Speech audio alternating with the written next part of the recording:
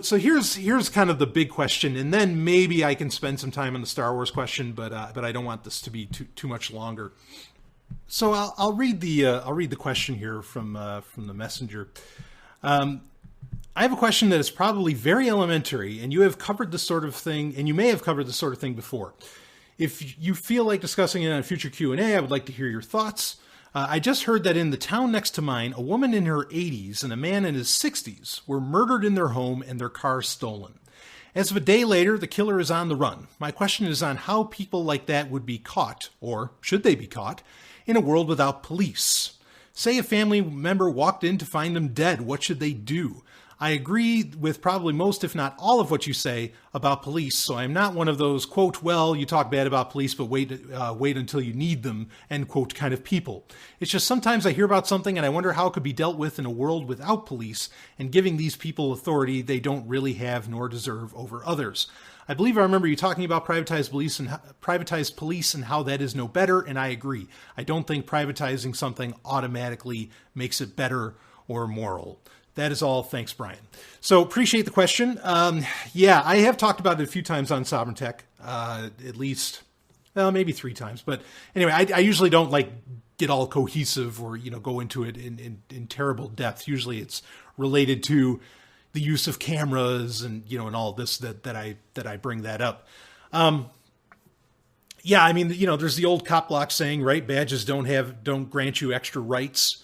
Nobody, I mean, there's a few different parts to this question, or, there's a few different questions in here, so I'll try to address all of them. I mean, as far as the validity of police, I mean, nobody has the right to be a policeman. Like, a lot of the, what people consider rights or human liberties, as I more particularly like to call them, because how do you scientifically prove rights? There are like what gets listed off as rights, but with human liberties, I mean, like, nobody has the human liberty to be a policeman. Like I think the idea is as much a fiction as government. Now, some people will say that you can voluntarily choose to have a kind you can voluntarily vote for, perhaps, like if, again, this is all under the auspices of a free society, no more governments and all this, right? World without police. I suppose you could voluntarily choose to have some kind of protection racket, but I think, in my opinion, that turns into an incredibly slippery slope. Like, once you create any kind of enforcement body, I think, you are less than a hop, skip, and a jump away from a government. You may have what ends up being really a government.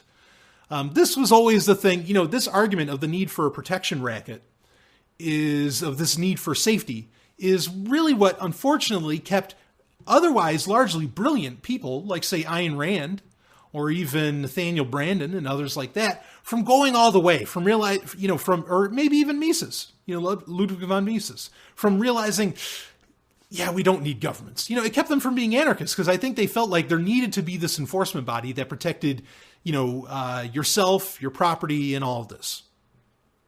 And I understand that, safety is in many ways a human need. Okay.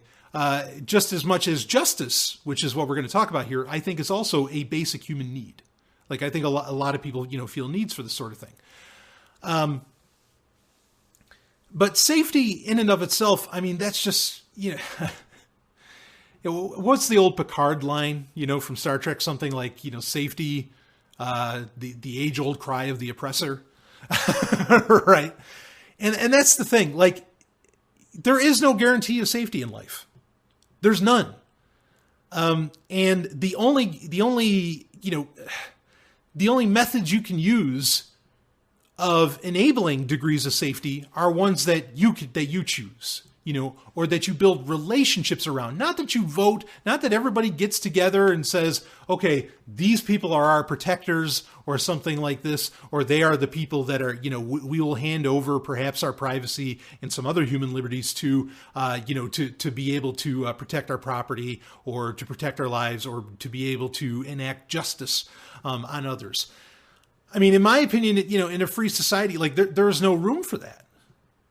for that kind of institution. But see, this is where the answer kind of becomes a cheat. Okay? Because if you had a free society, there would be a lot of understandings, a lot of different understandings of the way things work. Okay. One way that people think about, with a free society, say you have contracts or even your life, say you lose your life and all of this, there would be, there'd be so many varying, and obviously I'm one person. I can't possibly think of how all this stuff will work. I could tell you, I'll give you my answer in a second here, but a lot of people talk about the idea is that, well, there'd be various insurance companies, and what would happen is that you would, if somebody died, again, you're in a free society, so it's a good bet that you probably have a lot more money than you do now, or at least you'd have a lot more resources, whatever that ends up looking like, and that when somebody was murdered, you would automatically get a payout. It's like life insurance, right? So there would be some restoration. And this is really key. If you've never looked into restorative justice, I really recommend you do that. It's a simple concept. The idea is that you don't just lock away somebody. You don't just kill somebody for doing some kind of criminal act, some kind of injustice. You have them restore as much as is humanly possible the victims or the victim's family, or which are still victims because they have suffered a loss, say of a son, a daughter, a mother, whatever. So, restorative justice, that's a key concept to have in here. That's not what we have a punitive justice. We have a punishment-based justice system. And that just stands against really what actual justice is, and in my opinion, what it would look like in a free society. But I think I'm getting way off track here. Anyway, so there would be a life insurance payout, and perhaps this insurance company would have investigators. Nothing wrong with the idea of investigators. I think that's a fine idea. The idea of the private dick, right? The private investigator, Sherlock Holmes, going around and all this. I think those are fantastic things to exist. I might feel different about the insurance companies, but I'm not going to go into that. But you would have an investigator. That investigator could find out to a degree who enacted the murder, in the case of this murder, we'll say. And then that person, if everybody was paying into sort of this insurance policy, that person would get deducted, in a certain amount of, whatever amount of money that had to get paid out to the families, and all this. So it would be injurious of them. Maybe there'd be some other form of restoration that could occur, to the victimizer, to the quote unquote criminal. But as far as how that would work, I don't know. I'm not saying I necessarily agree with that entire system in the first place. Okay. I have major issues with the idea of insurance. I mean, this is how some people say that this is how you can ethically do contracts, is that you have to, if you did an agreement with somebody, because I bring up contracts all the time, I think they're largely bullshit. Like bills of sale are fine. There's certain, what some people would define as contracts, some of them are okay, but a lot of the ones that people talk about I think are just insane and are absolutely against freedom because they do require an enforcement body. But what a lot of people say is that you create an escrow, and this is kind of what the insurance company would be, is that there's like this escrow where when you agree to something, a certain amount of money is put up, and the instant that, and that money is held in escrow, it's held in escrow. That way, it's not like if somebody, breaks the contract that, oh, well, shit, I can't pay it. Sorry. No, it's an escrow. It's always held there. And so, kind of the idea, or it's always accessible, I should say. So the idea is that, you'd have contracts where if somebody did break the contract, there doesn't need to be an enforcement body, just the agreed amount within escrow would then transfer over to the person who didn't break the contract, to the other party of the contract, right? So some people talk about that sort of thing, and you could I could see where this sort of thing could get applied to the justice system in general. But largely, I still feel like there's going to be some kind of, enforcement body around all of that. And you are going to, in pretty short order, have a government on your hands. And you're going to have popularity contests, and you're going to have people, arguing over who gets to be the CEO of such things. And I mean, it's going to get nuts. very, very quickly, in my opinion, if you went down that way. That is one way that people talk about how you live in a world without police. Is just that there's this constant, there's just like this giant escrow in the sky that constantly takes from you if you do something wrong. I mean, murder's a serious thing, understand that. But then here's a flip side, and then I'll get into my answer. Here's a flip side to all of that. The flip side, to some degree, is that murder really doesn't happen that often. And also, this is kind of the cheat answer, okay? First off, murder doesn't happen that often. When murders do happen, they are often a one-off. They are usually what's called a crime of passion. This is statistically provable if you want to believe the statistics. Okay, and you can look into the works of like Steven Pinker, not that he's 100% right on everything, but there's some validity, I think, to what he says overall. But a lot of things that definitely have a victim are exceptionally rare to occur. The other aspect of that is that in a free society where perhaps there aren't so many people, may not feel such a need to victimize others to get ahead in life, because a free market would be a little more, a little bit more of a meritocracy, and just the hard work would pay off and you could do the hard work. I mean, because stealing, and even in our digital age, stealing and murder and all these different things, a lot of them honestly are harder work. I mean, pickpocket's one thing, but we're getting to the point to where a pickpocket is almost, what are they going to do? I mean, nobody's carrying cash around. Credit card fraud is even going away, with a lot of the new systems that we have and all this. So a lot of those kind of crimes, those that type of theft is even becoming, it's untenable. It's becoming near impossible. So anyway, in a free society, or a lot of these crimes, this is the point I want to bring up. Okay, my point is that a lot of theft and murder, a lot of quote unquote criminal activity is harder to do than honest work. So why do it? If the honest work didn't have so much barriers to entry, I think you'd see a lot of crime go away. I mean, this saying goes, can work so much across the board that, business over bullets every day. You replace bullets with business, and if you get rid of the barriers to entry to business, people will stop using bullets.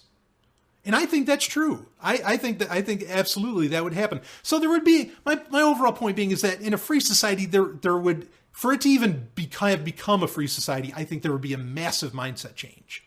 And there would be so little crime because very few things are crime. Very few things actually have a victim. And the way a lot of technology is going, or the potential, the ability to set things up in such a way, I think a lot of theft would become very difficult. Difficult to the point that it's not worth doing. So, I mean, and there's other, I can get into other aspects of that. I think that property in the future is going to be largely virtual. I mean, smartphones are so commodified. Why steal a smartphone anymore? There's, people steal iPhones because they still hold some kind of larger value. But I mean, that's changing. Especially with smartphones, we're getting to the point of near zero marginal cost on the production of these things. I mean, it's going to get to the point where a smartphone costs $5. It gets to, why even steal it? So now you can say that there's just some sick people out there and they do this stuff just because they want to. Well, when you get to a free society, that kind of person, here's the problem, is that governments in and of themselves, the idea of police forces and armies in and of themselves, they themselves are not, they perpetuate those attitudes. I love the saying that power attracts the corruptible. Not that absolute power corrupts, absolutely, but like Frank Herbert put it better, the author of Dune. He said, power attracts the corruptible. And that's the thing, is that a lot of this murder and theft is near incentivized by the fact that there are police, by the fact that there are governments and all this. So if you got rid of them, a lot of these attitudes, a lot of these avenues that people think are somehow viable or something worth doing and all that, really kind of fall away. I think. Now, I mean, granted, we said last week when I had Stephanie on, we were talking about how the liberty movement really attracts a lot of fraudsters. It attracts a lot of sociopaths because it's a movement of people that don't believe in calling the police. Well, yes, it does, but it attracts them because they know that within the status paradigm that we live in, there's not much outside of the police that people can do. But if you lived in a world where there were no police and that, private systems of whatever restorative justice systems would exist and could flourish and become viable, then, the sociopaths aren't attracted to that because then there's an alternative option for justice. But most people don't even think about this. And it's generally outside of like mediation and things like this. I mean, look, when somebody dies, say in the liberty movement, or if there was a murder in the liberty movement, not that I know of one, but if there was, I guarantee people are calling the cops because it's what's there. Okay, but if there was another system there, someone else that they would call, again, if it's that idea of an insurance company that people wanted, whatever, then that's what they would do. But understand that the way that the justice system is set up today, I think ironically it incentivizes to some degree a lot of criminality, and it institutionalizes it. In fact, because you want to be a thief, become a politician. If you want to kill people, become a cop. It's funny. It's so funny because people are, they're always saying, well, what would we do without, I mean, and I know this emailer wasn't saying that, but I'm saying a lot of your everyday people are like, well, we got to be protected from the criminals. We got to be protected from the murderers. We got to be protected from the thieves. Folks, the people who you think are protecting you are those people. The people in government are the thieves. They are the crooks. They are the criminals. They are the murderers. How ironic.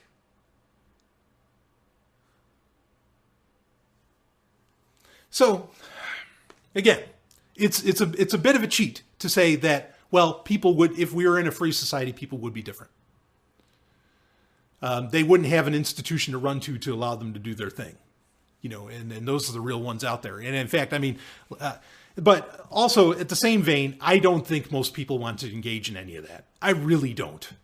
I think that crime is strangely, like, crime is in many ways a byproduct of the very sick system we live in. And if that sick system didn't exist anymore, a lot of it would go away.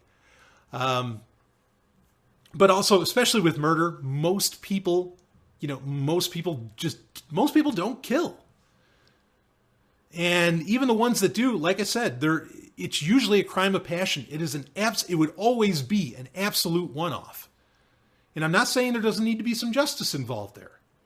Okay? But it should be restorative. It should not be, let's off the guy, let's put him away for decades, whatever. There needs to be restoration. That is not restoration by any definition.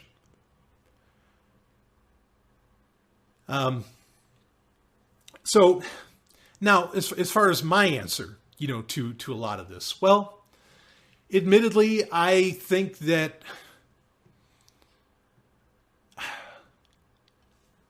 people are dumb. People are just stupid. I've talked about this a few times recently on Sovryn Tech, and it's like a fact that I just was holding on to, saying, no, this isn't true. People really are smart. But no, people are stupid. So I don't think that they are effectively, despite what their instincts will tell them to not kill and all that, I still believe that. But overall, they're not going to think about it deep enough to where they come to these realizations that we're talking about.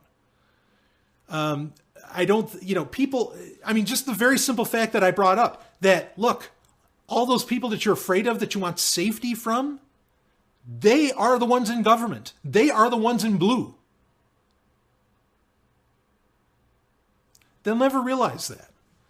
So I don't have any hope that there's going to be a free society, ever. Not one of any kind of scale. That's the key point for me. Is that I think that the real way to get, or the only way there's going to be free societies is when they are on an incredibly small level. Very local levels. and that fall within like the Dunbar number. And you can think my answer is a cheat too, and that's fine if you think that way. But again, I don't accept, it's not that I don't accept. I don't believe that we're ever going to live, somewhere where there is like a genuine anarchist society of any like mass size. I just don't think that's going to happen. I don't think you having babies is going to change anything as far as that goes, because the statists are going to, are outbreeding you 1,000,000 to 1. And that might be literal. So, when you base your societies and your communities on much smaller numbers, I think that when you do end up with, situations like murder and whichever else, first off, it'd be very difficult because you're living in such small numbers. But second off, if it does happen, there's nothing wrong with investigating and looking into it. Okay. I think that those are fine things. And then, maybe trying to get some kind of restoration out of that. But part of how I think, anarchist societies or how the kind of societies I want to live in would work is that they're sort of off the map, in some ways. I mean, yeah, anybody can die from an accident. You could be driving a car and people could die from a car accident, and that's not murder. But like, I think murder becomes, when you kind of remove yourself from a lot of this, a lot of these situations, and when your societies are, when your community is really intentional. I think murder becomes like it's passé, and it gets to another point for me. I'm spending way too much time on this, but I think it's an important subject.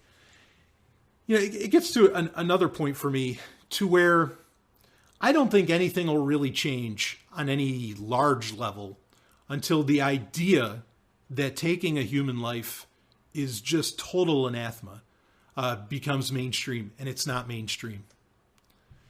This goes back to people being stupid. Nobody's willing to think that deep about it. No one, there's, I was going to say, not that I want anybody to ever experience this. I don't. But if people knew what it felt like after you take a life, no one would do it. That's why I think a lot of these cases where, there is a murder, often it's a one-off because the person realizes they come to terms with what they just did, and they realize that it is so antithetical to their existence. It's so antithetical to the human condition that, most people vomit after they kill. It doesn't matter what the killing was about, if it was something they felt justified in, or if they considered it defense, or if it was a crime of passion, or whatever. Most people puke. I puked. I was in the military. I hope you understand. I assume people listening to this know that I was in the military. So, I do know what it feels like. I am speaking from an unfortunate amount of experience. But, if people had any clue, they wouldn't do it. And I know you're going to say there's some sociopaths, but folks, really, how many of those kind of people are there out there? How many? And especially if we lived in a world where the institutionalized victimization didn't exist, i.e. governments, police, armies, how many of them, would there really be? I just don't think there's that many. So much of this stuff goes on today because of the traumas and because of the institutionalization of a lot of this stuff. Man. So if you feel that answer is kind of dodging, I understand why you feel that way. I laid out what I think people expect on a large scale, like on a country size or a state size, amount of people, where you're talking about people's in the tens of thousands or hundreds of thousands or even millions. How do you enact this? What do you do about a murder and all that? I think I covered what people think that way. But I don't think that organizing in the tens of thousands or hundreds of thousands or millions, I think that's where you run into trouble. I don't agree with, with that concept in and of itself. So that, That's not how I'd solve it. But anyway, because I think like a lot of insurance companies, all the stuff, it very much becomes scams.